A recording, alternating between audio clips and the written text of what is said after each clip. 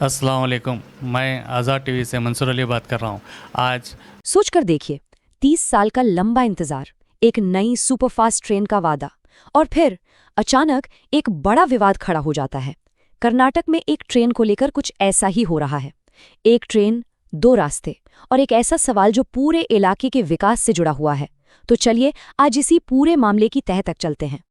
इस पूरी कहानी के दिल में है एक 30 साल पुरानी मांग, जो अब एक बिल्कुल नई, एक अनपेक्षित सी रुकावट का सामना कर रही है। सोचिए जरा, दशकों का इंतजार, और अब ये एक नया मोड़। चलिए इसे परत दर परत समझते हैं। तो ये कहानी शुरू होती है 30 साल पहले।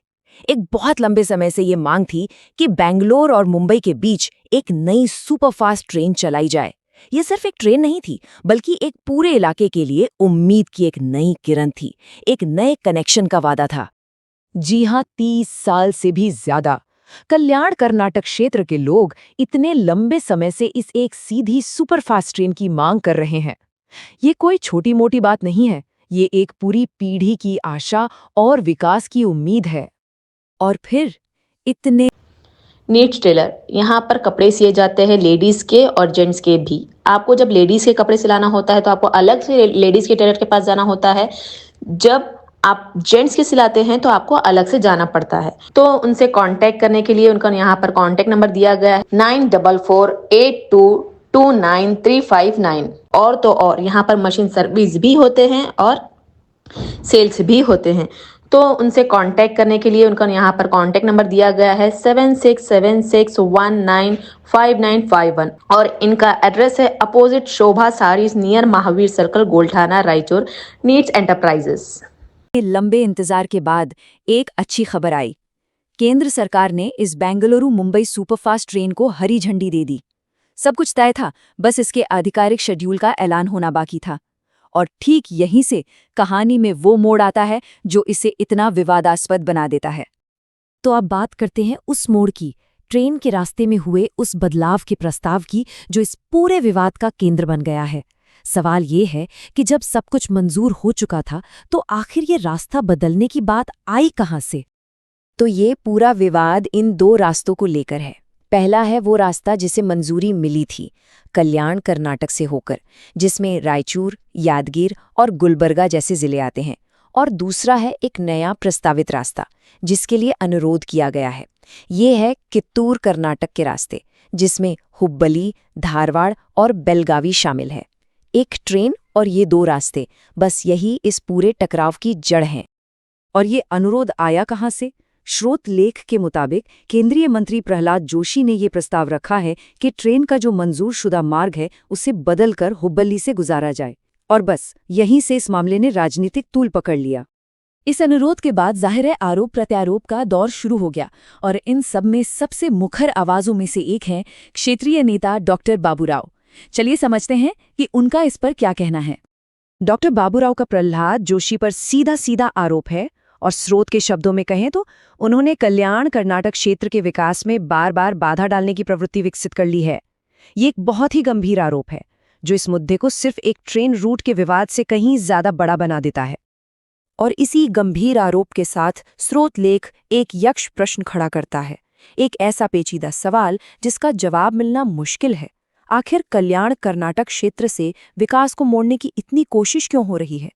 यह सवाल उस पूरे इलाके की बेचैनी को दिखाता है। ठीक है, आरोप तो लग गए, लेकिन क्या इन आरोपों में कोई दम है? चलिए 1 मिनट के लिए भावनाओं से हटकर अब सिर्फ आंकड़ों की बात करते हैं, क्योंकि कहते हैं ना, असली कहानी तो डेटा ही बताता है। तो डेटा क्या कहता है? अब जरा इन आंकड़ों पर नजर डालिए, फर्क साफ नजर आ जाएगा। कित्तूर कर्नाटक के रास्ते मतलब हुब्बली वाले रूट से बैंगलोर और मुंबई के लिए हर हफ्ते 28 ट्रेनें चलती हैं, 28। और वहीं कल्याण कर्नाटक के रास्ते यानी रायचूर वाले रूट से सिर्फ एक। जी हाँ, आपने सही सुना, सिर्फ एक ट्रेन। ये चार्ट उसी असमानता को और भी साफ साफ दिखा देता है।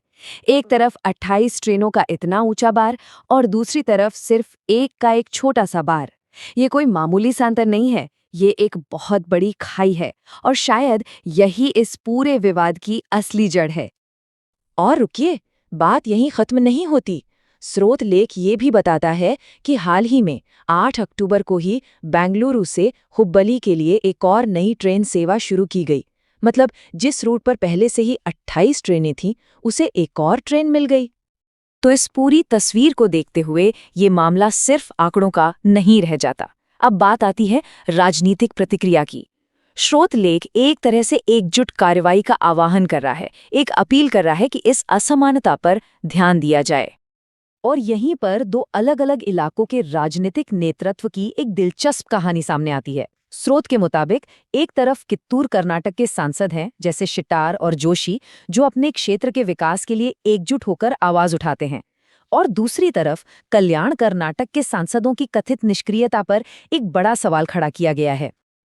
तो फिर इसका हल क्या हो सकता है? डॉक्टर बाबूराव एक 4 सूत्रीय एक्शन प्लान सुझाते हैं। पहला, मल्लिकार्जुन खड़गे के नेतृत्व में सभी सांसद एकजुट हों। दूसरा, वे सीधे रेल मंत्रियों अश्विनी वैष्णव और वी सोमन्ना से मिलें। तीसरा, उन्हें जमीनी हकीकत और इस मार्ग की अहमियत के बारे में बताएं। और चौथा, अगर जरूरत पड़े तो इस मुद्दे को सीधे संसद में उठाया जाए। और देखिए, इस मार्ग की अहमियत सिर्फ कर्नाटक तक ही सीमित नहीं है। तर्क ये दिया गया है कि इसके फायदे कहीं ज्यादा बड़े हैं। अगर ये ट्रेन अपने मूल स्वीकृत मार्ग से चलती है तो इससे सिर्फ कर्नाटक ही नहीं बल्कि तेलंगाना, आंध्र प्रदेश और महाराष्ट्र यानी कुल 4 राज्यों के यात्रियों को सीधा फायदा पहुंचेगा। ये बात इसे एक राष्ट्रीय महत्व की परियोजना बना देती है। और ये पूरा मामला हमें आखिर में एक बहुत ही बुनियादी लेकिन बेहद ज़रूरी सवाल पर लाकर खड़ा कर देता है। सवाल ये है कि जब कोई एक डेवलपमेंट प्रोजेक्ट आता है तो अलग-अलग इलाकों की ज़रूरतों के बीच एक बैलेंस कैसे बनाया जाए? कैसे ये पक्का किया जाए कि विकास की जो धारा है वो सब तक बराबर पहुंचे? ये एक ऐसा सवाल है जो सिर्फ इस एक ट्रेन तक ही सीमित नहीं है, बल्कि ये हमारे देश के पूरे डेवलपमेंट मॉडल से जुड़ा है।